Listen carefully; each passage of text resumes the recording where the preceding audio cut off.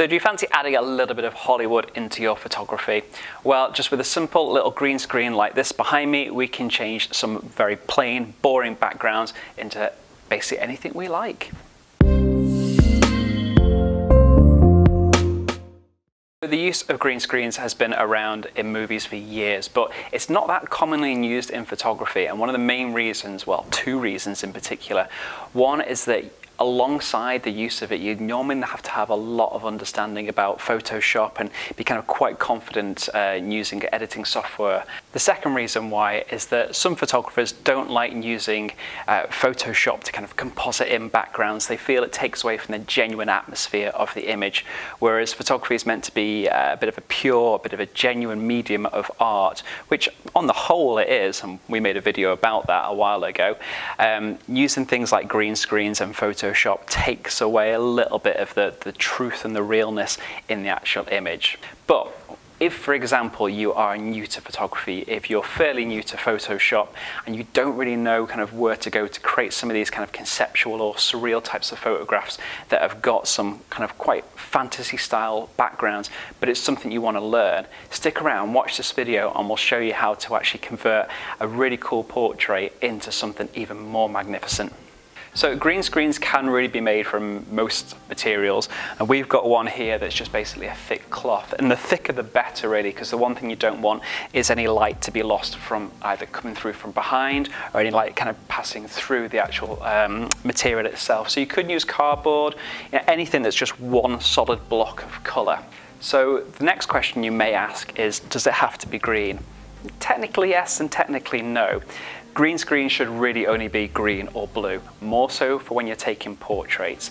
Reason being for this is that from the point of view of a digital camera, the sensor in your camera actually makes every photograph based upon different values of red, green and blue pixels. So different values of these pixels kind of create different colours that you'll actually see. When it comes to taking a portrait, skin tone is made up of values of red pixels. Different values, so you get like pinks, darker reds, just depending upon the actual makeup of the skin tone to begin with. So the one absence of colour is green, because obviously the opposite of red is green on a colour wheel.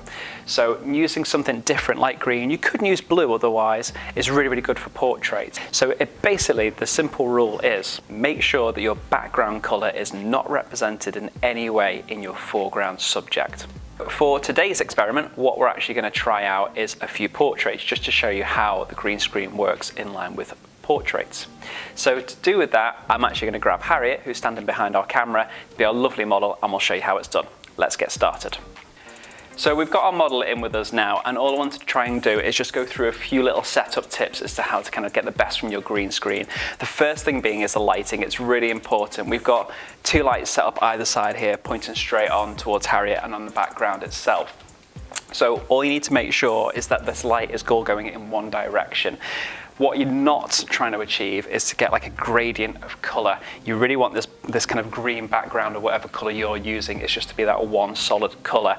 Obviously, again, you need to make sure that your actual model or your subject or whatever you're working with in front of your green screen isn't wearing the same colour as the background, because like kind of weathermen on those charts, they sometimes just blend into the background because they're wearing blue or green themselves. So another point to think about is that when you get a little bit more advanced, if you can actually think about your finished kind of composite background that you're going to use, have a look at the angle that the actual image is taken at and see if you can actually mimic the same angle into your portrait. It's going to make it a lot easier to composite the two things together. What we'll try and do now is take a few shots and then we'll show you how the editing process works.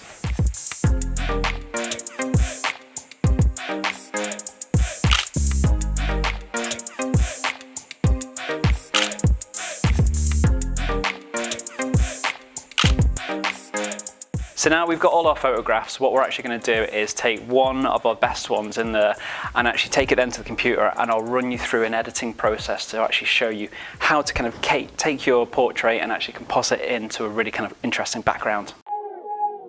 So if this is your first time editing a green screen effect, then let's go through this step by step together. Firstly, we need to select all the areas of green on our portrait. There are a number of ways of selecting something in Photoshop, but this time we just want to focus on making a selection solely based on colour. So with our portrait file active, select the magic wand tool on your vertical toolbar. Along the options bar at the top, make sure you untick the contiguous option. Now simply press once on the green screen and see how it selects a large part of your background. Now one click may simply be enough for you, and if so, brilliant. Just hold fire for a minute, because if it's not, then we need to show you what otherwise to do. Because your photo and my photo are obviously different, the selections aren't going to be the exact same. So if you need to select more an area wider of green, then you basically need to increase your tolerance levels. You can find that option at the bar on the top again. Now its default setting is 32, which means whichever pixel of color that you click on, then the magic wand will select pixels that are 32 levels brighter and darker of that original value. So if your selection that you've made already is too big and it's picking up part of your subject, for example, then reduce the tolerance. But otherwise, if your selection's too small, then we need to increase that tolerance. Once you've nailed it, then keep that selection active. Now get your background file and follow these steps. Go to Select and All, then Edit and then Copy. Now it's important that you press back on your subject photo with the magic wand selection still active. So make sure you've got your portrait selected and not your background file. And then next go to Edit, Paste and Paste Into. Hey presto, things have worked out, and you can continue from here to add in lighting effects, color overlays and blend other elements together. That's totally up to you. But if you're happy with the results, then you can just stop here and save your work.